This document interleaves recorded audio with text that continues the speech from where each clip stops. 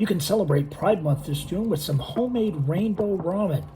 It's an easy recipe. Just start with 180 grams of bread flour, 65 grams of water, 6 grams of lye water, and just 2 grams of sea salt. Mix it all up until it looks like a bowl of shredded chicken. And then you want to form a ball of dough and divide that ball into 6 different portions. Next, add some red, orange, yellow, green, blue, and purple food coloring. If you don't like food coloring, there are some natural alternatives to use. And then roll out each ball 12 to 15 times. We're using a KitchenAid machine here. Fold, flatten, and repeat. Same step, fold, flatten, and repeat.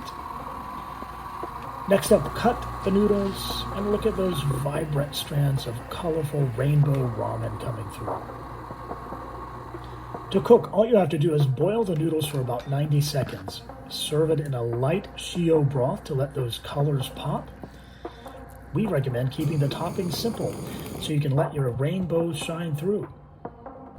And if you want to learn more about how to make fresh ramen noodles from scratch, you can join our ramen cooking classes at the Story of Ramen, ramenpartysf.com.